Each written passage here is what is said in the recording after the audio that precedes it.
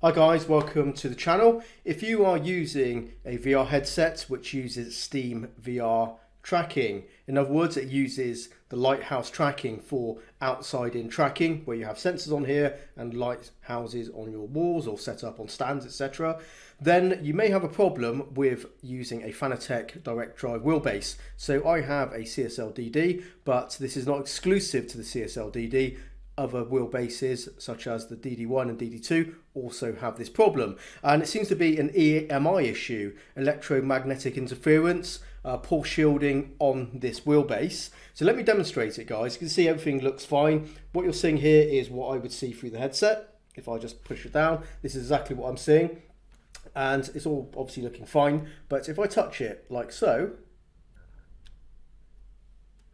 in various parts of this headset with just a single finger, it is going grey. And what's happening, the best of my knowledge, I can tell you guys, is what's happening is the interference when I touch it is now causing the tracking sensors on this headset to basically be temporarily disabled each time I do this. And you can see I'm not obscuring any of the actual tracking things themselves. I'm just literally holding bits on the side, left and right.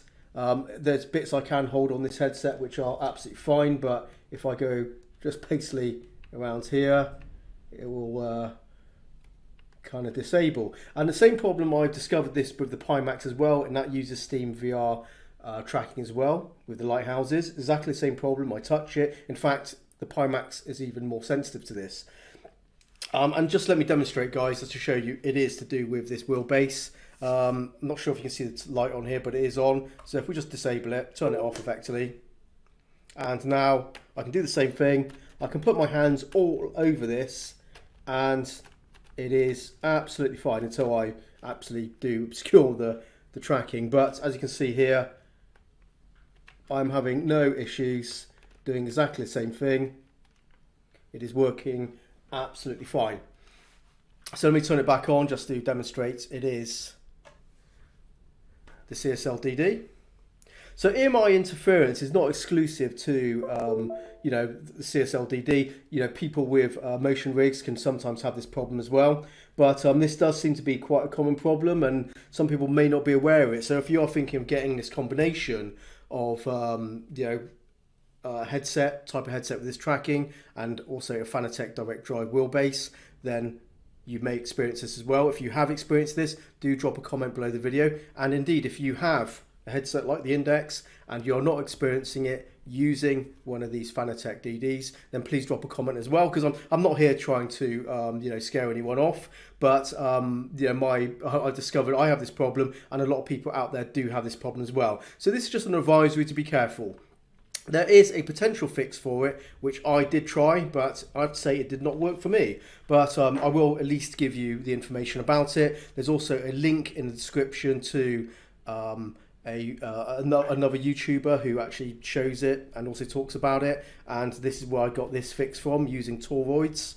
And there's also a link in the description to a thread on Reddit which also goes into this. A lot of people are talking about it and also going through different fixes. So one of the main fixes is using these toroids. So this is my cable, which is suspended from the ceiling, and what you need to do is get this and actually go to the end of the cable out of this lead here, and then just basically wrap it around a few times using two of these toroids, and hopefully what that can do, it basically can mitigate the interference. I have to say it did not work for me, but I know it has worked for a lot of people. I've got two of these. I even used up to four, and it did not work. So that is an issue for me, guys. But the good news is it has worked for some people. And I'm going to bring out my Pimax now, and I'll show you the same problem, and I'll show you it does work with these, with the Pimax. Okay, so we have the Pimax on now, and you can see the red light is on, so the CSL DD is on. So let's do a test now. Just put my finger on it and just see when the tracking goes wrong. You can see it swims and it disappears, and it should come back as I remove my finger. I can do it on the other side as well, and it will basically do the same thing. So there you go, same problem. We're having some interference from the direct drive wheelbase here. Okay, let's try and fix it. You can see this is the cable, and we will wrap the toroids around here and see how we get on. Okay, we're back, and I have the cable wrapped around the toroids, as you can see on the table there. We'll take a closer look in a moment so you can see how that is wrapped around, but it's pretty simple stuff. And I'll just run the same test, and you can see I am handling the headset, and I am not getting any issues at all with the tracking. It is now stable and solid, working as it should. And you can see it is on the CSL DD. There's no trickery here. It is fixing the problem for me. So sadly, it didn't fix the problem for me on the Index, but it is working just fine on the Pimax. So this solution may fix it for you with your Index. Check the description, guys. Look at those links. Look at the Reddit thread. There's more reading material out there for you if you are having this problem. And I guess it's a cautionary tale if you are going to be getting a VR headset for sim racing, and you are going to get maybe a DD from another brand, because we know the Fanatec ones are susceptible to this. Yeah, do your research just in case before you kind of buy that combination, just to be sure. Check with the seller, of course. But of course, yeah, this is a problem that seems to be very much commonplace with the Fanatec DD wheelbases. So CSL DD and the DD1 and DD2. That's the way it goes. Okay, let's take a closer look at the cables. I've used cable ties to hold the two toroids together just for convenience. It's just neater, stops them smacking around. You can see I have 3 wraps around these rings. Simple enough, you go in and around, you know, and then out. Simple as that, guys. Nothing too special. Of course, you lose a little bit of cable length with this, but it is a fix, so you know it's worth doing. And you can see it's right at the end of the cable, so you can see where it connects to the PC.